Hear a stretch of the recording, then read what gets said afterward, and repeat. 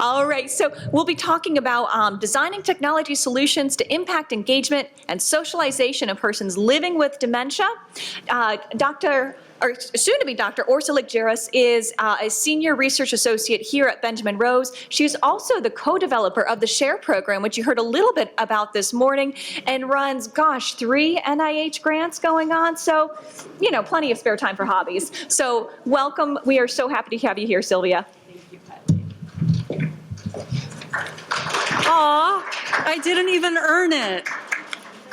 Thank you so much, everybody. Hi, everyone here at Benjamin Rose. I feel very fortunate to be on my home field here presenting to you all today. Hello to everyone online as well. Thank you so much for joining. Kylie gave me a couple of options of what I wanted to talk with you all about today. I have several digital interventions that I've either helped develop or tested, and I thought, you know what?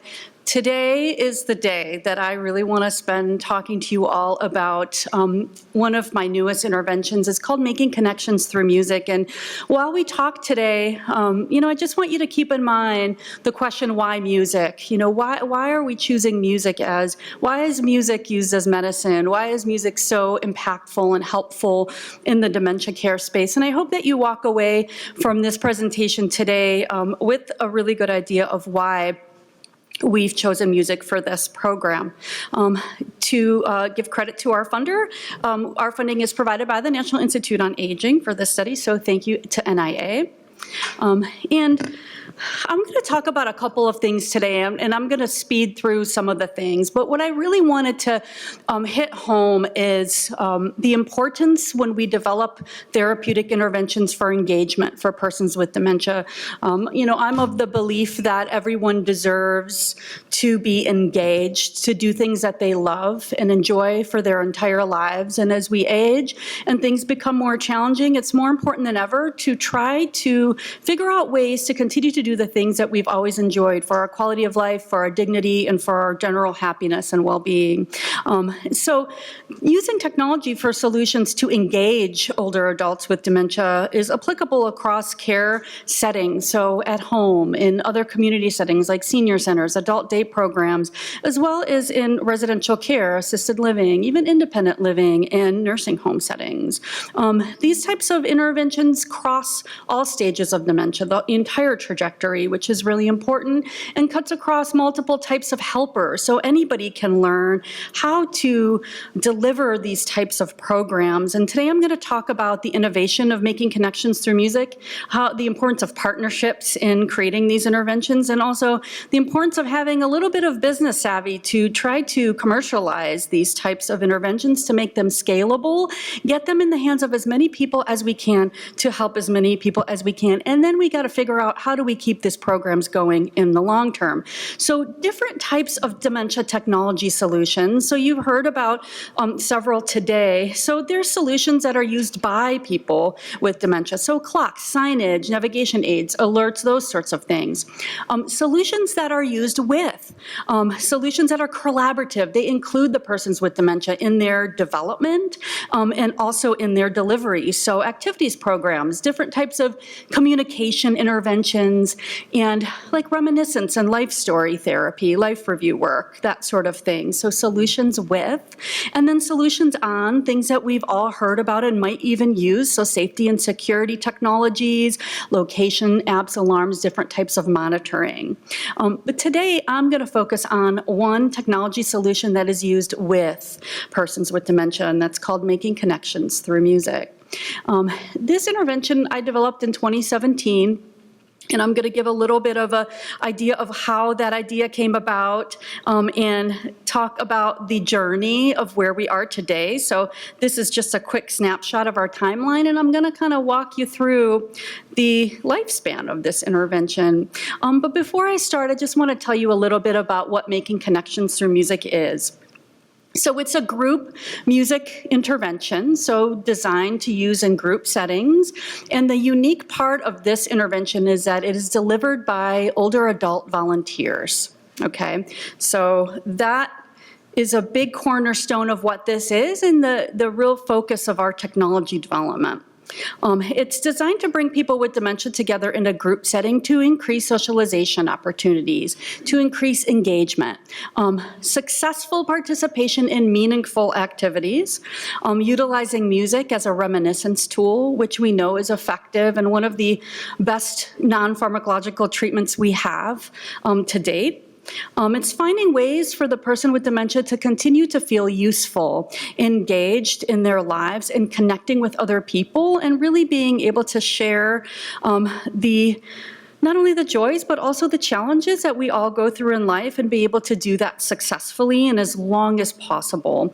And so encouraging motor engagement also in the form of singing, clapping, dancing, using instruments, and keeping motor skills going, and keeping people as independent as long as we can.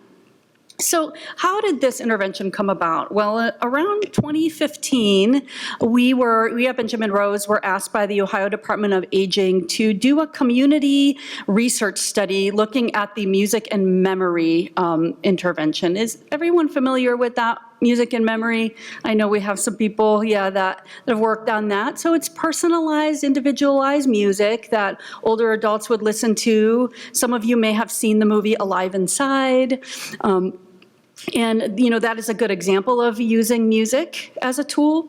And what we did was we said, okay, we know we all love music, right? We're all connected to music, and, putting the headphones on and listening to music on your own is a really enjoyable, relaxing, very helpful activity, but it isn't necessarily connecting yourself with someone else, right? So we thought, you know what? Ohio Department on Aging connected us with, in Lake County, Ohio, the Retired Senior Volunteer Program. And there was a report that came out in Lake County, and that happens to be the county in which I live in Ohio. And that report uncovered a huge unmet need in the Lake County community, and that is promoting engaging activities that increase well-being in older adults. We learned in Lake County that older adults were getting increasingly isolated, especially caregivers of people that were struggling with their memory or have been diagnosed with dementia. We also uncovered through that report that there's a lack of volunteer opportunities and the lack of volunteer infrastructure. And we thought, you know what, we have this tool. We learned a lot through this music and memory program.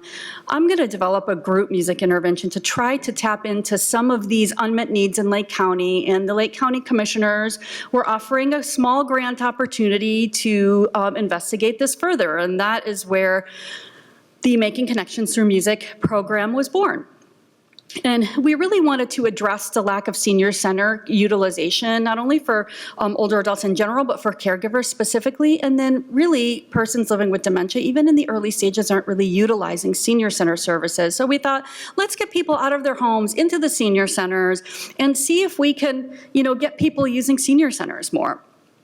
Now, the research implications around developing evidence-based group engagement opportunities. Really, we have such a great opportunity here to address loneliness and social isolation using a tool that we all know and love, which is music. We can positively impact well-being, increase quality of life, and preserve dignity through socialization, which we all deserve.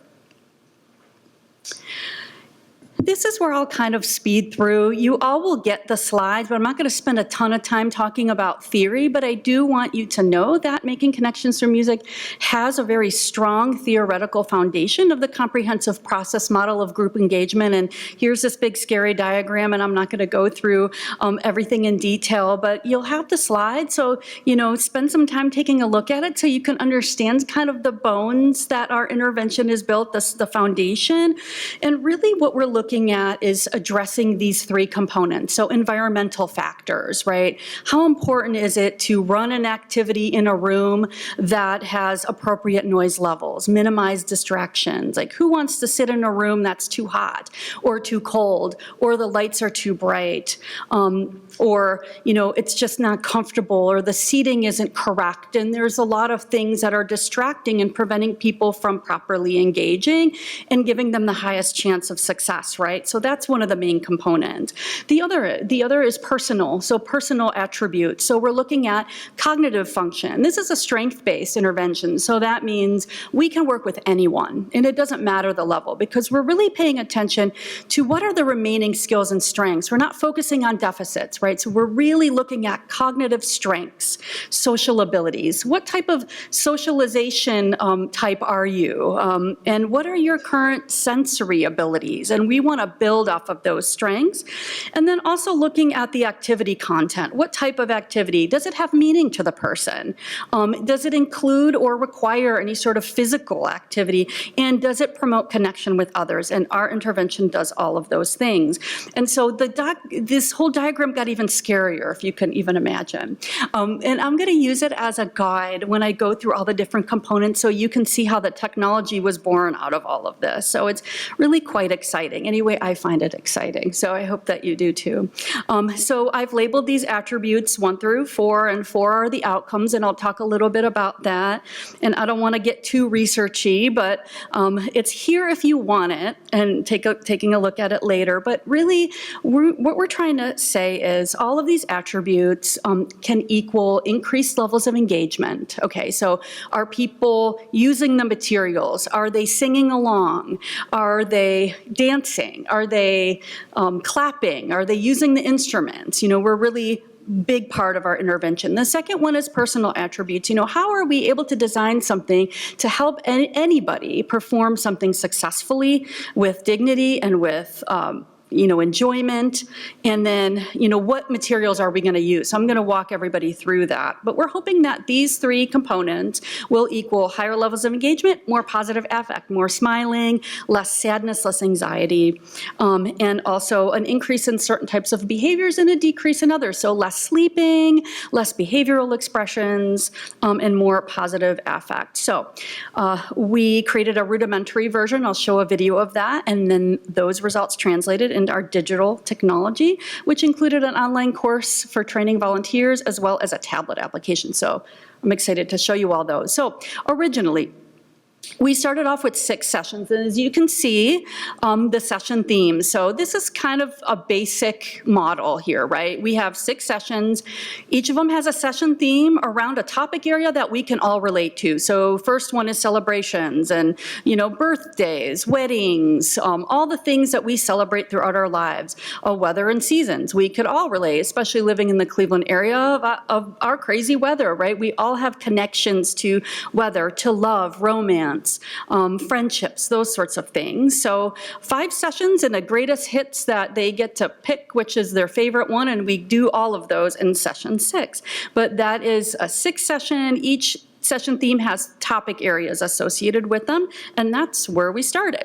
And this is what our original materials look like. So talking about some of those external attributes and the stimuli, the activity content, how important it is to give people using the printed word, which we know reading hangs in there until the last stages of dementia. So we had a big poster board with some big images with some signage that would remind people what our topic was today. And that big poster board would sit behind the volunteer, and the volunteer would use it to just re-engage everybody into the main topic.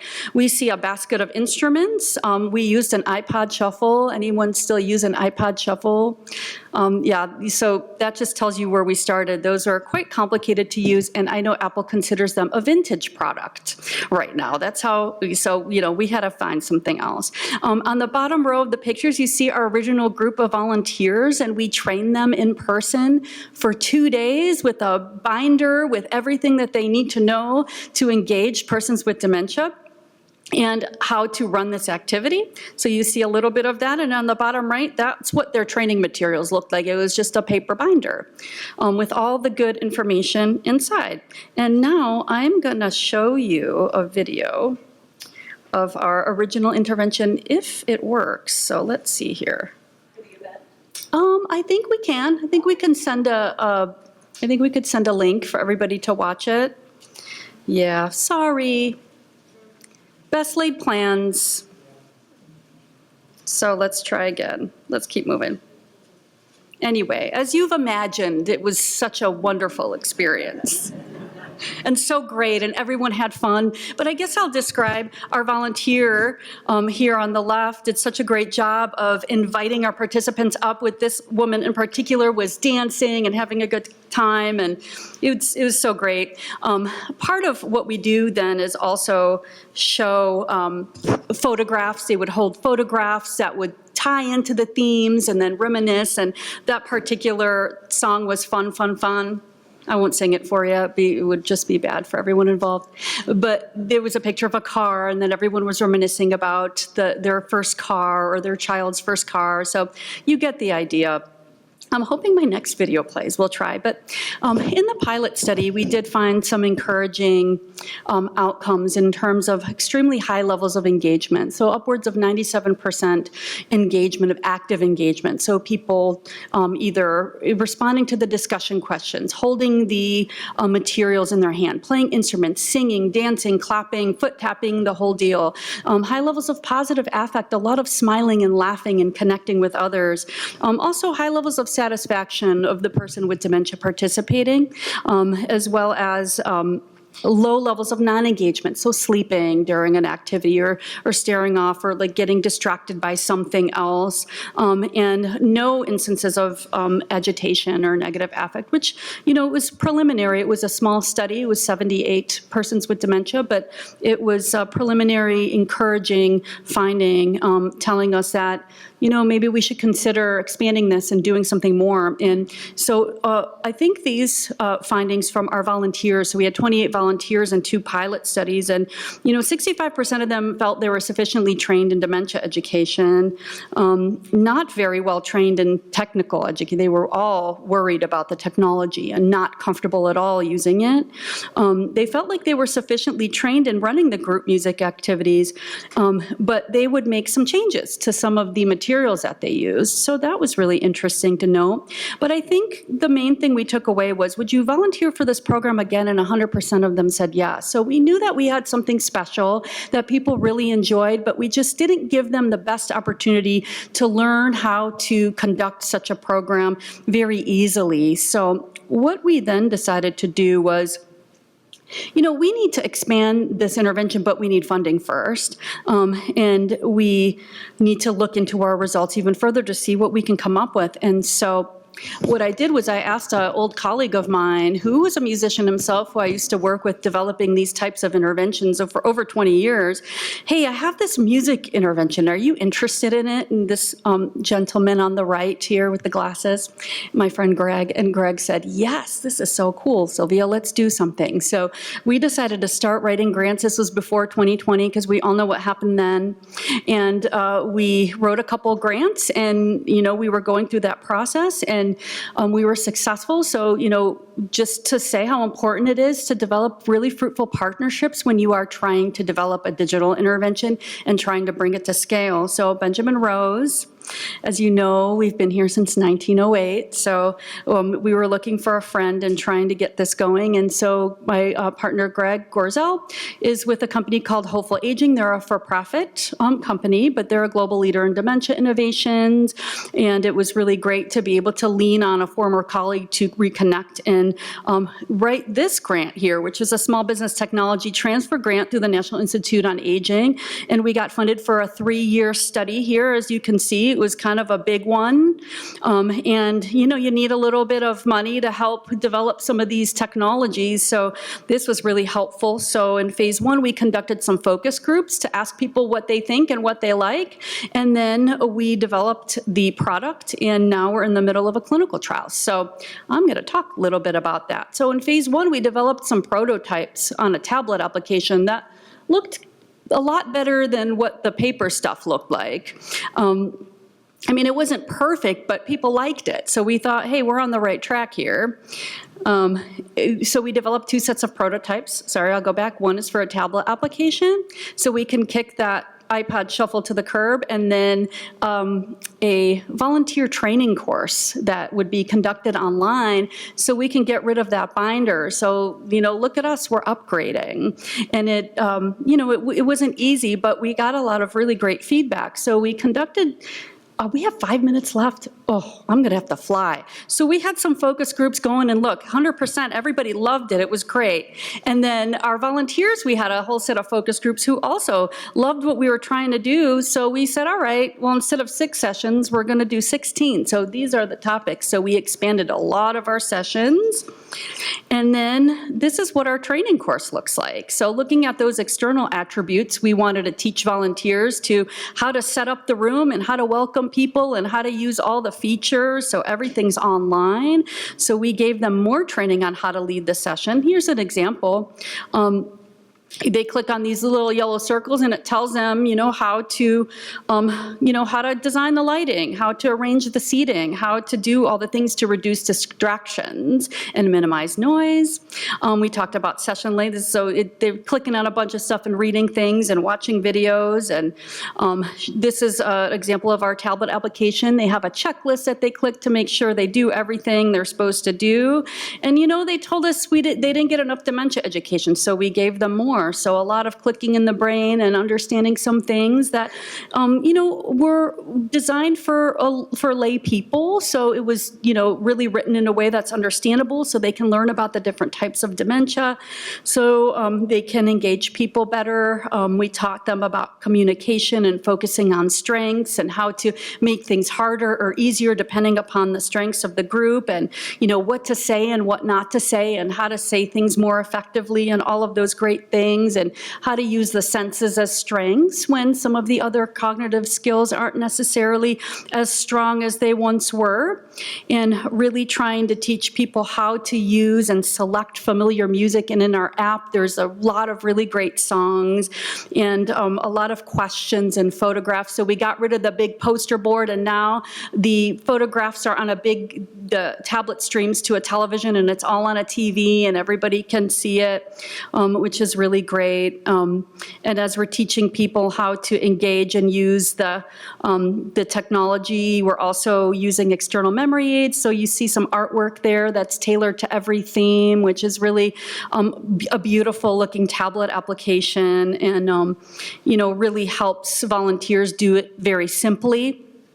And our music plays on either a record player or a jukebox. You see the visuals are tailored and tied to the themes. So it's a really beautiful application. And I'm going to play this. I know I don't have much time, but I'm going to sing. Everybody sing! I need something that's a Cracker Jack. I don't care if I ever get back.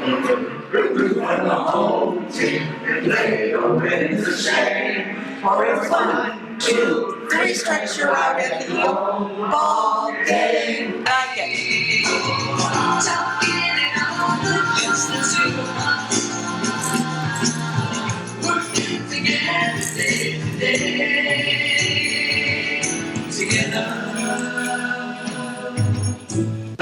Everybody sing! I need something that's a Cracker Jack.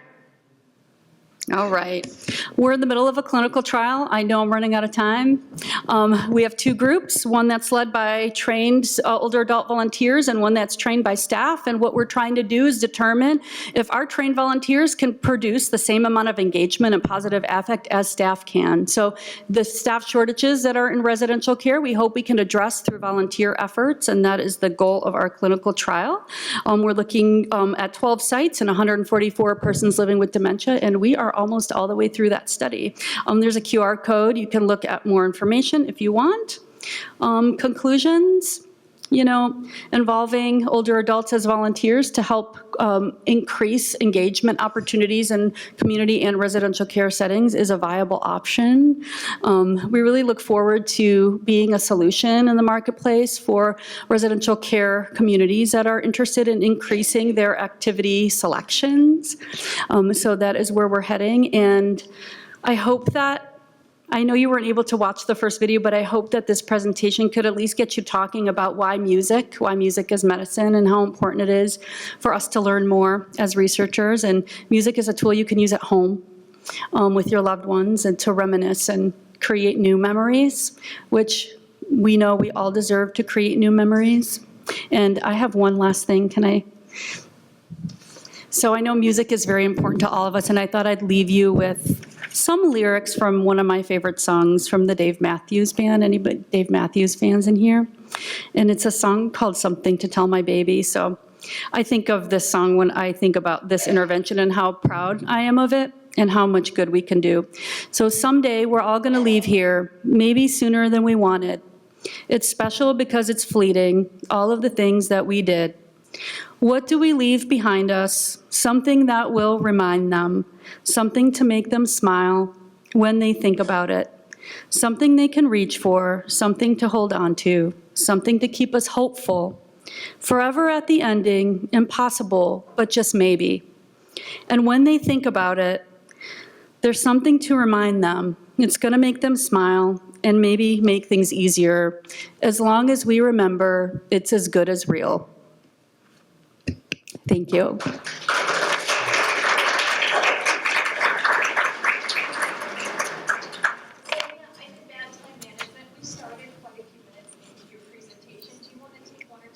Yeah, I would love to. Yes. Can I say my question? Yes. No. This one's on. Oh, good. I'm getting a phobia against microphones. So I'm embarrassed. This is amazing work. When we developed Alive Inside, that film, I mean, that one took off and then kind of died. And that was inspired by Oliver Sacks, in part because he wrote a book called Musicophilia, which I would recommend to people. And also, Cleveland's really been on the forefront of this for a long time, because Naomi Feil, who developed validation therapy at Menora Park, went viral when she sang hymns to Gladys Wilson, who was mute with her dementia until Naomi started singing. Here's my question, though. You said, something about drugs, that these things are more effective than drugs. You made reference to drugs. These things are more powerful, in my opinion, but they're also a whole lot harder to evaluate. And I guess my question to you is, how do you see the evolution of this? Because, yeah, evidence is really important, but also so is the culture around cognitive challenges and dementia. So do you see us shifting our views in any way?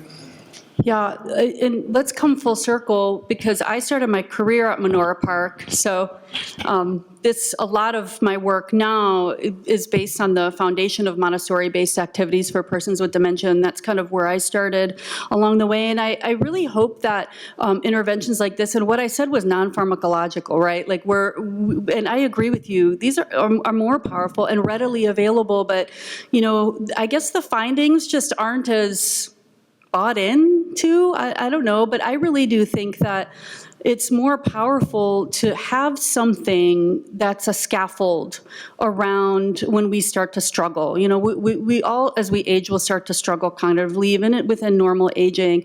What is not acceptable about building supports and strengths around our brains and allowing us to do things that we're always able to do, maybe not the same way, but still in ways that make us feel good and make us happy.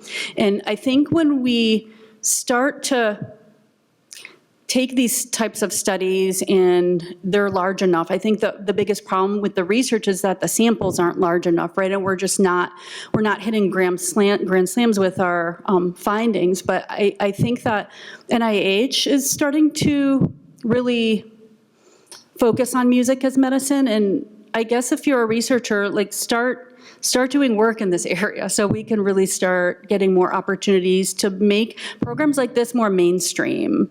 This should be a treatment that everybody gets.